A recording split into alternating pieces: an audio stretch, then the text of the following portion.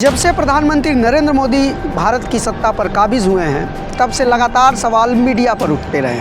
हिंदुस्तान, दैनिक जागरण, अमर उजाला, अमृत विचार जो कि यहाँ का स्थानीय अखबार है, नवभारत टाइम्स, पहले पेज पर फुल पेज का विज्ञापन भारतीय जनता पार्टी द्वारा, और ये सभी अखबारों का हाल है। तो देखिए, इतना स्पेस इन्होंने दिया केवल भाजपा को, इतना स्पेस दिया केवल सपा को, और बीएसपी और कांग्रेस तो इसमें है ही नहीं। द लाइव टीवी, सच सबसे आगे। नमस्कार, मैं अनमोल प्रीतम और आप देख रहे हैं द लाइव टीवी। इस वक्त मैं मौजूद हूं लखनऊ में। लखनऊ का इमामबाड़ा, इमामबाड़े की अपनी खूबसूरती है, अपना इतिहास है, और चाहे वो राजनीतिक इतिहास की बात की जाए, चाहे इसके खूबसूरती की बात की जाए, हर मामले में अलहदा है। लेकिन हम यहाँ इमामबाड़े पे चर्चा करने के लिए नहीं, चुनावी चर्चा करने के लिए आए हैं। इसलिए इमामबाड़े पे फिर कभी बात करते हैं लखनऊ के राजनीतिक समर पर। 3 चरणों का मतदान हो चुका है, 172 सीटों पर वोट पड़ चुके हैं। अब आगे के चरण में 60 सीटों पर और वोट पड़ेगा, यानी कि अगर इस चौथे चरण को भी हम जोड़ लें तो कुल 232 सीटों पर कल शाम तक वोट पड़ जाएगा। चौथे चरण की शुरुआत हो चुकी है, आचार संहिता लागू है, चुनाव प्रचार पूरी तरह से थम गया। ऐसे में हम लखनऊ आए तो हमने सोचा कि क्यों ना सबसे पहले शुरुआत की जाए अखबारों से कि लखनऊ के अखबार क्या कहते हैं। क्योंकि जब से प्रधानमंत्री नरेंद्र मोदी भारत की सत्ता पर काबिज हुए हैं तब से लगातार सवाल मीडिया पर उठते रहे, चाहे वो मीडिया का गोदी मीडिया हो जाना हो, चाहे मीडिया का एक तरफा रवैया हो, चाहे मीडिया का सत्ता से सवाल पूछने के बजाय विपक्ष से सवाल पूछने का नज़रिया हो। ये सारी चीज़ लगातार सवालों के घेरे में रहे। मीडिया की भूमिका हमेशा घेरे में रही। ऐसे में हम अखबार उठाएं और हमारे पास अभी 5 अखबार है। आप देख लीजिए, 5 अखबार मैं आपको दिखाता चलता हूँ। ये हिंदुस्तान है, हिंदुस्तान, दैनिक जागरण, अमर उजाला,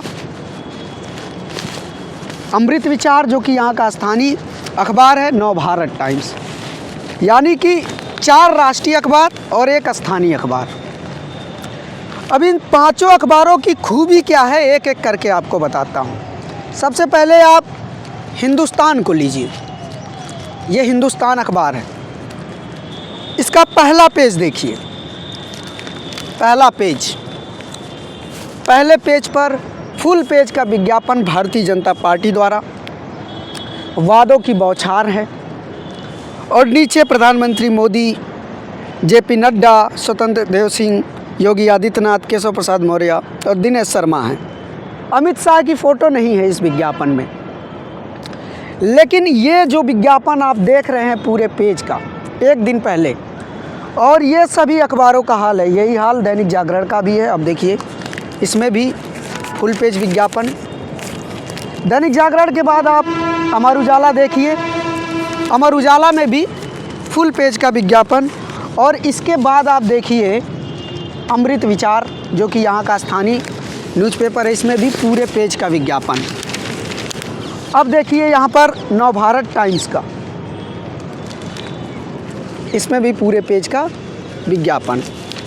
अब मैं पेज पलटता हूँ। इससे पहले कि ये बताऊँ कि इसमें वादे क्या क्या हैं और क्या नई चीज़ें इसमें जुड़ी हैं, ये जानना ज़रूरी है हमारे लिए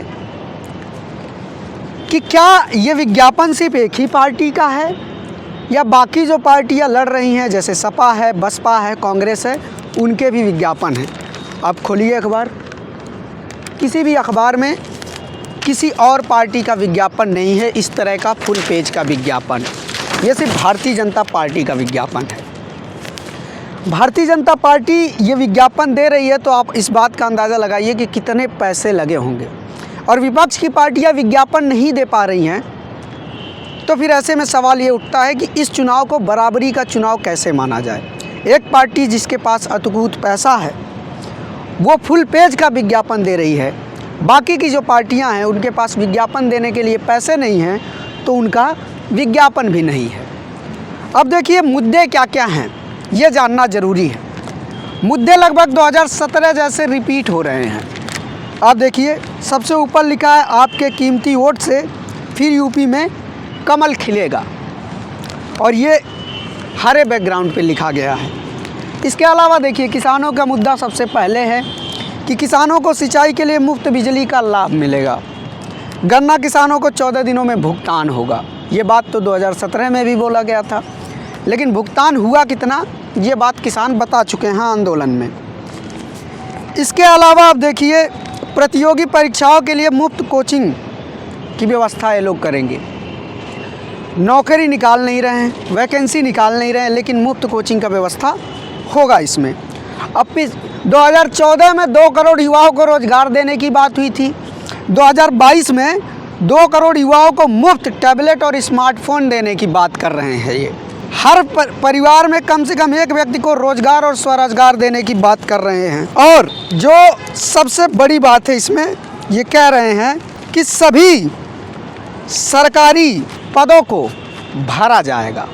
ये विज्ञापन है, ये दावा है, ये वादा है भारतीय जनता पार्टी का। अब ये विज्ञापन देखा तो मेरे मन में ये सवाल आया कि वोटिंग से एक दिन पहले फिर से वादा। हालांकि होना ये तो चाहिए था, अगर कोई राजनीतिक पार्टी सच में जनता को लेके जवाबदेह है और उसको अपने कामों पर गर्व है और उसको ये भरोसा है कि वो काम के भरोसे ये चुनाव जीतने जा रही है, तो उसको सबसे पहले अपने 5 साल का हिसाब का विज्ञापन देना चाहिए। जनता को बताना चाहिए कि हमने 5 साल में क्या क्या किया। हमने 2017 में जो वादा किया था और 2022 आते आते उन वादों में कितने वादों की पूर्ति की।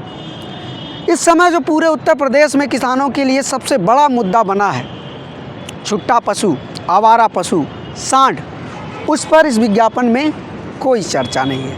हालांकि प्रधानमंत्री नरेंद्र मोदी अपने भाषण में जिक्र कर चुके हैं कि सरकार बनते ही 10 मार्च के बाद हम आवारा पशु से किसानों को निजात दिलाएंगे, उसके लिए व्यवस्था बनाएंगे। लेकिन वो व्यवस्था कैसी होगी, उसका तरीका क्या होगा, प्रोसेस क्या होगा, इस पर उन्होंने कुछ नहीं बोला। साथ ही उन्होंने ये भी नहीं बताया कि पिछले 5 सालों में किसानों को जो नुकसान हुआ है उसका हर्जाना कैसे होगा। बड़ी बात यह है कि 2017 में योगी आदित्यनाथ जब थे तो उन्होंने कहा था, जब छुट्टा पशुओं का मुद्दा विपक्षी पार्टी उठा रही थी, मुख्य रूप से अखिलेश यादव, तो योगी आदित्यनाथ कह रहे थे कि ये कसाईयों के भाई हैं, ये नंदी जी को भी नहीं छोड़ रहे हैं। लेकिन आज सोचिए स्थिति ये आ गई कि भाजपा को खुद कहना पड़ रहा है कि हाँ छुट्टा पशु समस्या है। तो जो समस्या 2017 के पहले उत्तर प्रदेश के किसानों को नहीं थी, वो समस्या 2022 आते आते इतनी प्रचंड हो गई है कि अब योगी आदित्यनाथ से लेके प्रधानमंत्री तक को इस समस्या पे बात करना पड़ रहा है।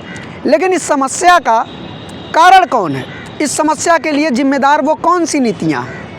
क्या उत्तर प्रदेश सरकार की नीतियाँ जिम्मेदार नहीं हैं?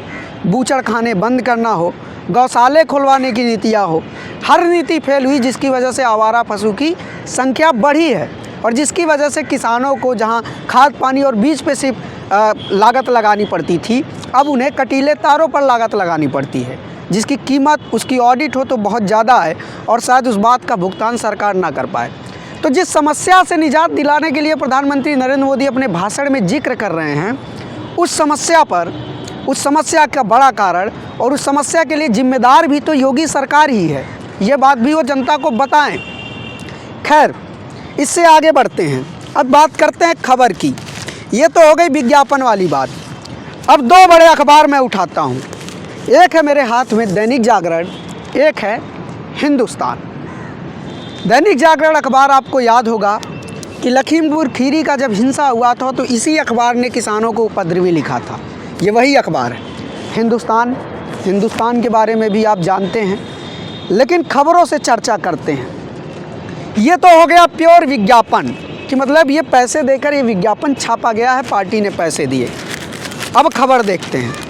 खबर देखिए, हिंदुस्तान अखबार की जो लीड खबर है, ये खबर है भाजपा ने आतंक पर सपा को घेरा। ये खबर है। दरअसल ये प्रधानमंत्री का जो बयान है उसको लेकर 3 कॉलम की खबर बनाई गई, 2 कॉलम की योगी आदित्यनाथ की खबर बनाई गई और इसके जवाब में विपक्ष का 2 कॉलम का खबर। अखिलेश यादव की छोटी सी फ़ोटो, अमित शाह की फ़ोटो, भीड़, योगी आदित्यनाथ की फ़ोटो और यहाँ पर अखिलेश यादव की फ़ोटो। तो देखिए, इतना स्पेस इन्होंने दिया केवल भाजपा को, इतना स्पेस दिया केवल सपा को, और बीएसपी और कांग्रेस तो इसमें है ही नहीं। तो ये अखबार जो खबर छाप रहा है, क्या इसको हम निष्पक्ष बोलेंगे? नेताओं के बयान से खबरें बनाई जा रही हैं। ये खबर नहीं, ये बयान का खबर है। क्या ये कोई रिपोर्ट है? क्या ये कोई पड़ताल है? बिल्कुल नहीं, ये बयान है और बयान ही खबर है। और अब देखिए दूसरे पेज पे भी वही है।